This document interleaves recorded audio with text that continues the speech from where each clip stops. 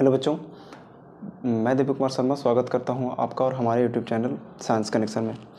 तो कल हम लोग चैप्टर 2 का फर्स्ट लेक्चर पूरा कर चुके थे। उसमें हमने बहुत ही बेसिक चीज़ों के बारे में जानकारी प्राप्त किया कि एनर्जी किसे कहते हैं, एनर्जी कितने टाइप का होता है और इवन पोटेंशियल एनर्जी के बारे में भी जाना। ठीक है, देखिए बाबू, बिहार बोर्ड जो है ना, वो कभी कभी कुछ सवाल जो है 11th क्लास से भी उठा के पूछ देता है। ठीक है, 11th क्लास का 12th क्लास में। तो 11th क्लास का ही एक टॉपिक है हमारा, छोटा सा टॉपिक है, कंजर्वेटिव फोर्स और नॉन कंजर्वेटिव फोर्स। ठीक है, इसको बड़ा ध्यान समझना, बहुत ही इजी है। यहाँ से 1 नंबर का सवाल पूछा है 2-3 दफ़ा करके ऑब्जेक्टिव में। ठीक है, तो अगर आप ये कॉन्सेप्ट समझ लेते हैं तो शायद वो ऑब्जेक्टिव आपसे अछूता रह पाए। ठीक है, बहुत ही सिंपल कॉन्सेप्ट में आपको समझाने वाले हैं। कंजर्वेटिव फोर्स को हिंदी में बोलते हैं संरक्षित बल। देखिए, ये इलेक्ट्रोस्टैटिक पोटेंशियल कैपेसिटी यानी कि चैप्टर नंबर 2 का ये एपिसोड नंबर 2 है। ठीक है, तो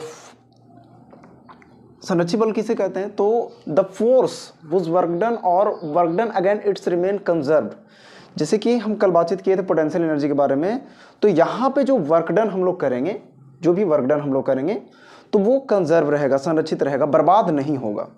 ठीक है, जैसे आपके गार्जियन जो हैं आप पे पाबंदी लगा कर रखते हैं कि बेटा 7 बजे के बाद 8 बजे के बाद आपके घर से बाहर नहीं निकलना है, वही तो कंजर्वेटिव फोर्स है भाई। और उनके द्वारा जो फोर्स लगाया जाता है वो बर्बाद नहीं होता है। आप उनके विरुद्ध काम नहीं कर सकते हैं, नहीं तो बाबू जितना लपड़ मारेंगे ना भाई, सीधे पलानी में जाके सोगा।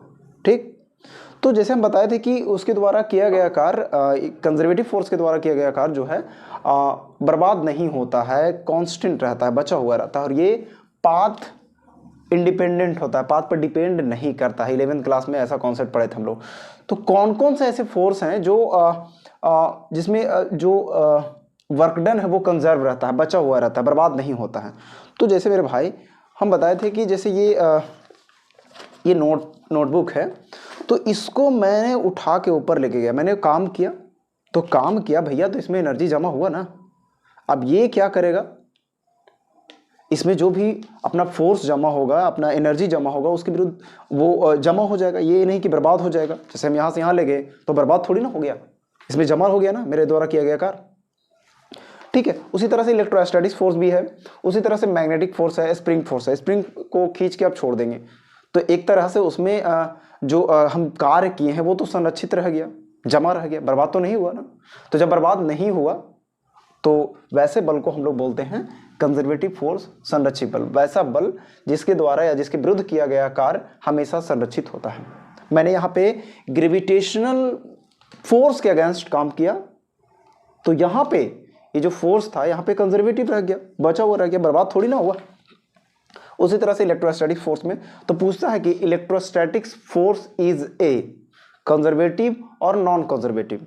तो सिंपल है, इलेक्ट्रोस्टैटिक फोर्स यानी कि स्थिर विद्युत बल एक कंजर्वेटिव फोर्स है, यानी कि इसके विरुद्ध हम लोग कार्य जो करेंगे, जैसे कि बाबू हमारे पास 2 चार्जेस हैं, एक प्लस चार्ज और दूसरा एक और प्लस चार्ज। अब इसको हम खींच के इधर लेके जाना चाहते हैं और इसको भी हम खींच के मान के चलो इधर लेके जाना चाहते हैं। तो यहाँ से अगर आप इसको लुढ़ा के यहाँ पे लेके चले आते हैं तो आपने कार्य किया, वो आपको क्या लगता है बर्बाद हो गया?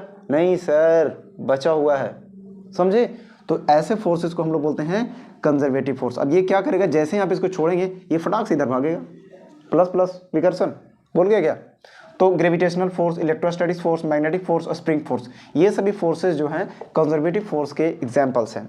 ठीक है, the force whose work done मतलब कार्य, और वर्क डन अगेंस्ट इट मतलब इसके विरुद्ध किया गया कार्य रिमेन्स कंजर्व मतलब कंजर्व रहता है, संरक्षित रहता है, इज कॉल्ड कंजर्वेटिव फोर्स।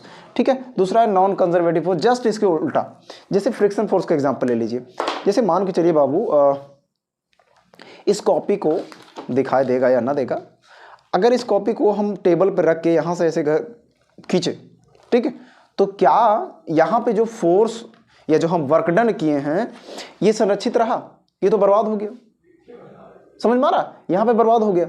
तो जब हम कार्य करेंगे, वर्क डन करेंगे और वो वर्क डन हमारा बर्बाद हो जाएगा, संरक्षित नहीं रहेगा, तो वैसे बल को हम लोग कंजर्वेटिव फोर्स कहते हैं, नॉन कंजर्वेटिव फोर्स कहते हैं। ठीक है, सॉरी, नॉन कंजर्वेटिव फोर्स कहते हैं। ठीक है, जैसे फ्रिक्शनल फोर्स, विस्कस फोर्स का नाम सुने हैं? जैसे पानी में आप तैर रहे होते तो आप ऐसे वैसे मारते हैं ना यार, तो ऐसा थोड़ी ना कि आपके द्वारा जो कार्य किया जा रहा है वो पानी में जाकर स्टोर हो रहा है और वहाँ पे जाकर कूद के जो नहाने जा रहा है उस पर ही चोट मार रहा है ढप ढप, ऐसा तो नहीं है। ठीक है, उसके बाद है एयर ड्रैग। एयर ड्रैग का मतलब सुनने में आता होगा हवा का अवरोध। जैसे कि आप तेज़ी से साइकिल चला रहे हैं, बहुत तेज़ी से, या फिर मान के चलिए गर्मी का मौसम में भी आने वाला है, तो दोपहरिया के टाइम में भैया थोड़ा बहुत तो लगता ही है, हवा वगैरह चलती हैं, तो आप तेज़ी से साइकिल चला रहे होते हो तो हवा आप पर विरोध कर रहा होता है, तो लेकिन आप उसके अगेंस्ट में काम कर रहे होते हैं। तो ऐसा थोड़ी ना है कि आप उसके विरुद्ध में काम कर रहे हैं तो वो हवा में जाके कंजर्व हो जा रहा है, ऐसा तो नहीं है, वो तो बर्बाद हो गया, यानी कंजर्व नहीं रहा। तो ऐसे फोर्सेस को हम लोग बोलते हैं नॉन कंजर्वेटिव फोर्स। ये एग्जाम्पल में हो जाएगा। अगर आपको ये नहीं दिखा दे रहा तो विस्कस का मतलब होता है हिंदी में श्यान बल, हिंदी इसका लिख देते हैं श्यान बल। ठीक है, और एयर ड्रैग का होता है हिंदी हवा का अवरोध, हवा का अवरोध।